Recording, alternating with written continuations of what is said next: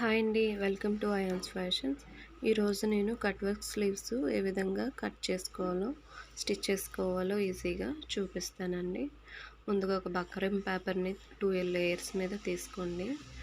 మీ దగ్గర ఏ క్యాప్ ఉంటే ఆ క్యాప్తో ఈ విధంగా వీడియోలో చూపిస్తున్న విధంగా మార్క్ చేసుకోండి.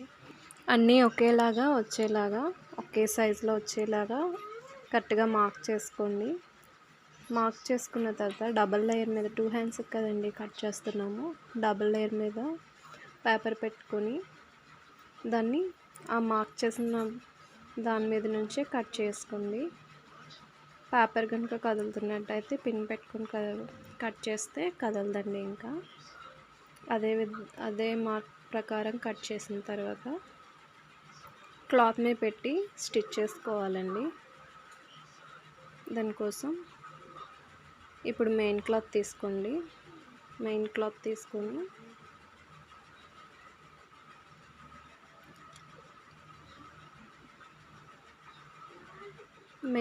తీసుకొని మెయిన్ క్లాత్ మీద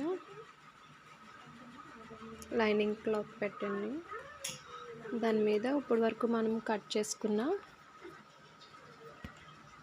బక్రం పేపర్ని దాని మీద పేస్ట్ చేసుకోవాలండి.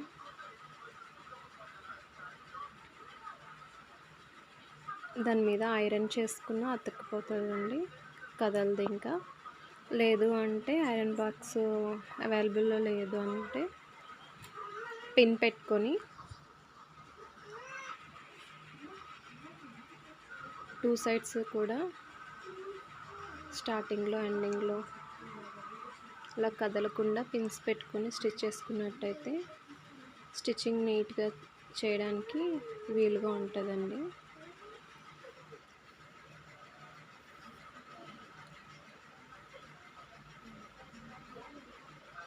చాలా స్లోగా స్టిచ్ చేయాలండి.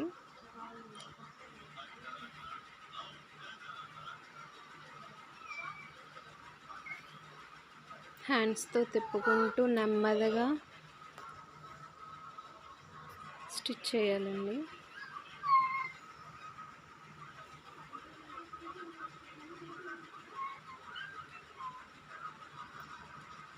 రౌండ్ తిరిగే దగ్గర స్లోగా స్టిచ్ చేసుకుంటూ రావాలండి. అలా ఎండ్ వరకు కూడా నీట్గా స్టిచ్ చేసుకుంటూ రావాలి.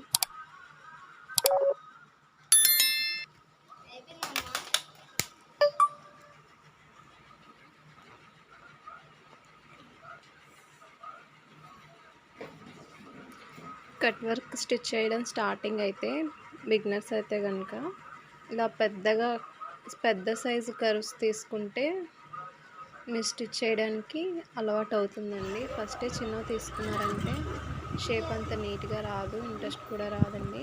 కొంచెం పెద్దగా ఉన్నవి తీసుకొని అలా సైజ్ తగ్గించుకుంటూ వచ్చి స్టిచ్ చేస్తే, ప్రాక్టీస్ చేస్తే బాగా నీట్గా వస్తుందండి. ఫస్ట్ ఇలా పెద్దగా ఉన్నదంతా ట్రై చేయండి. అది నీట్గా వచ్చిన తర్వాత చిన్నది ట్రై చేయండి. ఫస్ట్ చిన్నది ట్రై చేసి సరిగ్గా రాక స్టిచ్ చేయలేక ఇబ్బంది పడుతుంది. ఇలా ఎండ్ వరకు స్టిచ్ వేసుకొని ఇప్పుడు మిగిలిన ఎక్స్ట్రా క్లాత్ అంతా కూడా కట్ చేసి ఒక 1/2 ఇంచు క్లాత్ ఉంచుకొని మిగతాదంతా కట్ చేసేయాలండి.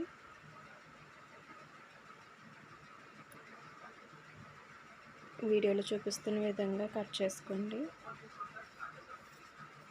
ఇప్పుడు అక్కడక్కడ కార్డ్స్ పెట్టుకోవాలండి. రౌండ్ తిరిగే దగ్గర, మధ్యలో కరువు దగ్గర కార్డ్స్ అనేవి పెట్టుకుంటే క్లాత్ రివర్స్ చేసేటప్పుడు మనం ఎలా అయితే స్టిచ్ చేసామో అంతే రౌండ్గా మనకి రివర్స్ చేసినప్పుడు కనిపిస్తాయండి.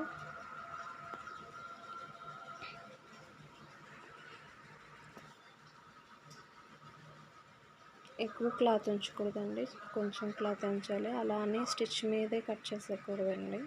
ఒక 1/2 ఇంచ్ క్లాత్ మాత్రమే ఉంచుకునేలాగా ఉంచుకొని మిగతాదంతా అలా కట్స్ పెట్టుకోవాలి. ఇప్పుడు ఒక్కొక్కటి నెమ్మదిగా బయటికి తీయాలండి. క్లాత్ అనేది మొత్తం రివర్స్ చేసి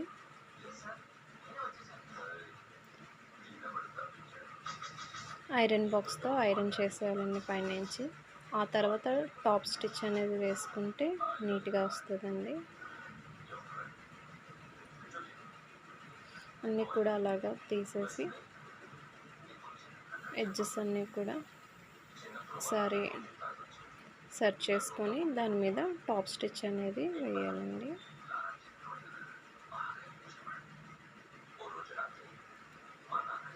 ఎడ్జ్లోనే వేయాలని స్టిచ్.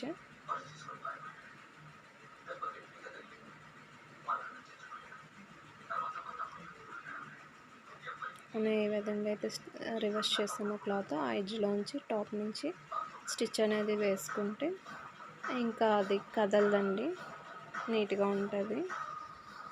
ఫినిషింగ్ నీట్గా వస్తే మనం ఎక్కడున్నా సరే కస్టమర్స్ అనేవాళ్ళు వస్తారండి. మన వర్క్ నచ్చాలే కానీ దానికోసం చాలా కష్టపడాలి.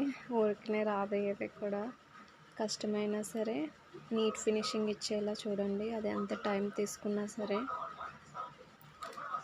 ఫాస్ట్గా స్టిచ్ చేయాలని కంగారు స్టిచ్ చేసి అది రెండోసారి రారండి. మళ్ళీ వాళ్ళకి ఎంత నీట్గా కనిపిస్తే అంత ఎక్కువ మంది కస్టమర్స్ మన దగ్గరకు వస్తారండి.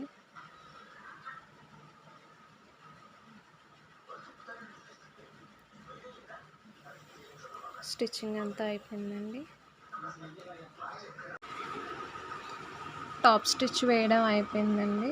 ఇప్పుడు ఫ్యాబ్రిక్ని కొంచెం థ్రెడ్స్ అవి కట్ చేసేసి మధ్యలో ఎయిర్ అది లేకుండా చూసుకొని లైనింగ్ అటాచ్ చేసేసుకోవాలండి. ముడతలు అవి లేకుండా.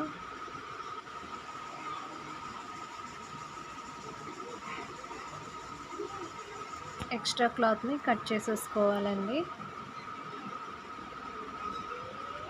అంతే అండి, అయిపోయింది కట్ వర్క్ స్లీవ్స్ స్టిచ్చింగ్ చేయడం. చూసారు కదండి ఎంత ఈజీగా అయిపోయిందో. మీరు కూడా ట్రై చేయండి తప్పకుండా. వీడియో కనుక నచ్చినట్లయితే లైక్ చేయండి, సబ్స్క్రైబ్ చేసుకోవడం మర్చిపోద్దండి. Thank you so much.